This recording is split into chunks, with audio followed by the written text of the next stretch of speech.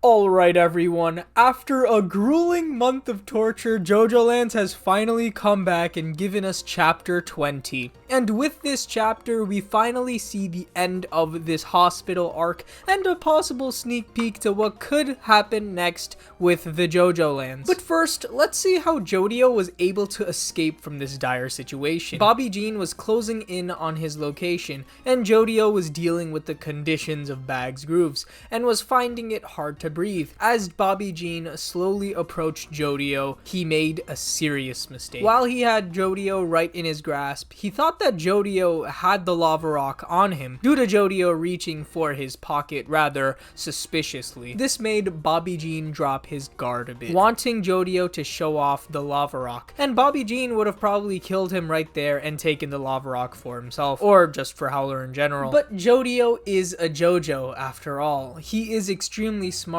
as all of this was just a trap. Jodio left some rain droplets on the ceiling and made sure that Bobby Jean was at the right place to have those rain droplets pierce through Bobby Jean's head, leaving him a bloody mess. He passed out, maybe even died, because I mean, this is hard to survive. The guy has a hole in his head, but who knows with JoJo, gentle foreshadowing. Another character had a hole in his head and he seems to be fine, but for right now, with Bobby Jean gone, it's up to Lulu to defeat the JoJo. Oh, okay.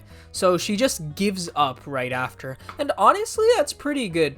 It is pretty unique seeing a villain duo in JoJo falter off as soon as one of them gets defeated. I feel like in JoJo, it's pretty common to see our main gang fight a duo, beating the main guy, and then the secondary character turns out to be the stronger foe, and then just becomes someone who they fight on their own for a while. It's pretty rare to see the main guy lose badly, and then have the secondary character give up like this, which is honestly a pretty nice change since Lulu is just a child. I wouldn't have expected her to really do much, especially when her stand is an automatic one. It's not like she could really do much against everyone else. But also, I am glad that the arc ended here. I mean, having another chapter of Jodio versus Lulu would have been way too much in my opinion. I think this arc ended at a really good spot. I already saw a couple of people getting bored of these characters already, which, while I do personally disagree with, I could find to be a valid criticism, since fights in seinen JoJo usually last maybe 3 or 4 chapters, while we've been in this little land property arc since chapter 14 and have been fighting Bag's Grooves for these last 6 chapters. And with the break we had last month,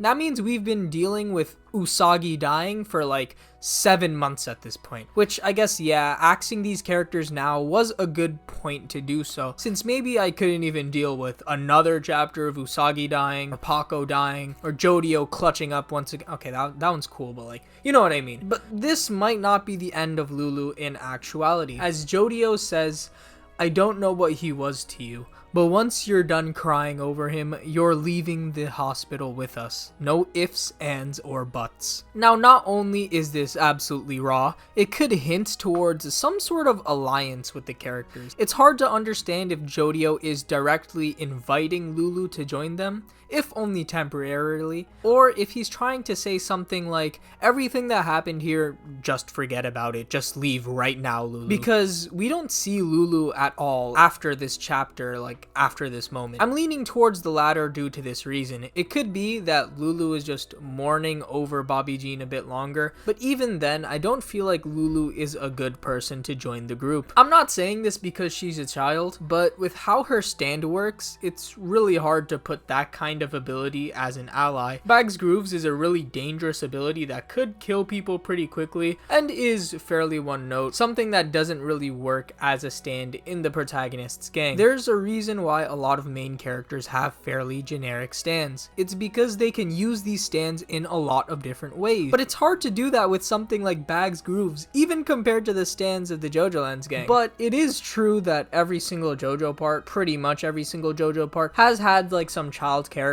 so maybe Lulu could fit there, but I mean, who knows. Also, just a quick little thing, but to non-stand users, I really like how this whole situation seemed to have come up. 2 regular people, a random guy guy just started shooting the place. And yeah, while that is accurate, having them not know all of the context behind this fight is pretty funny. It also puts our Jojolands gang more in the clear. They don't really have to worry too much about being exposed because to the public, a random crazy guy appeared and started blasting. But I mean, it is true that Howler knows of their identities with this little discussion that Paco, Dragona, and Jodio had. But, I mean, it's not the worst thing that could have happened with something as severe as this. But just because Lulu and Bobby Jean are in these depressive states, that doesn't mean that the characters are leaving empty-handed, as they have a couple of more things to bring with them. Not only do they have the support of the 7.6% of my audience subscribed to my channel, but they could probably bring Mack, the banker guy who's been pretty important these last few chapters, mainly in the little Howler mini arc we've been having. Like, if you forgot, Mack is pretty much the main bank teller who told Howler of how royally the bank screwed him with the loan. Yeah, he was the guy to tell Howler how they scammed him out of $38 billion. And apparently, they're bringing this random bank guy with them to Meryl Makey's place, which is pretty interesting, and I think it could lead to a couple of possibilities to what we used to think would only be a one-time character. Mainly, could Mack be a stand user? I mean, nowadays everyone in JoJo has a stand, and Araki seems to be putting importance into Mack. So could he have a stand?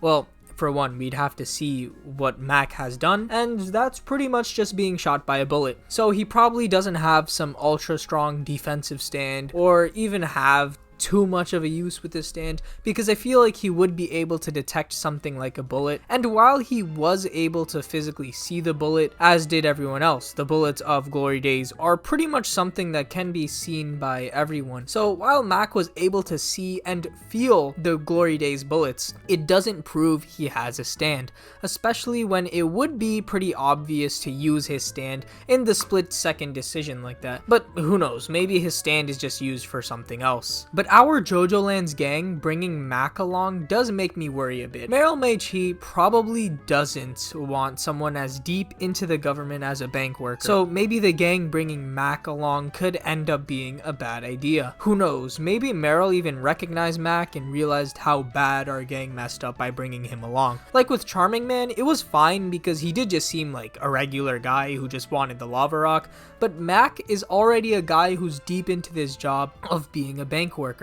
So I could only hope to see how this whole thing goes on, because Mack joining the group would be extremely funny. Our gang would be a bunch of teenagers and young adults, and then this 50-year-old banker. It would be pretty funny, yeah, but I don't see this happening. Though I am interested to see what events can occur with Mack next chapter. So hopefully I actually upload something else before then. I don't really have a fun transition to end this video, so just watch this video that YouTube decided to give you. See ya.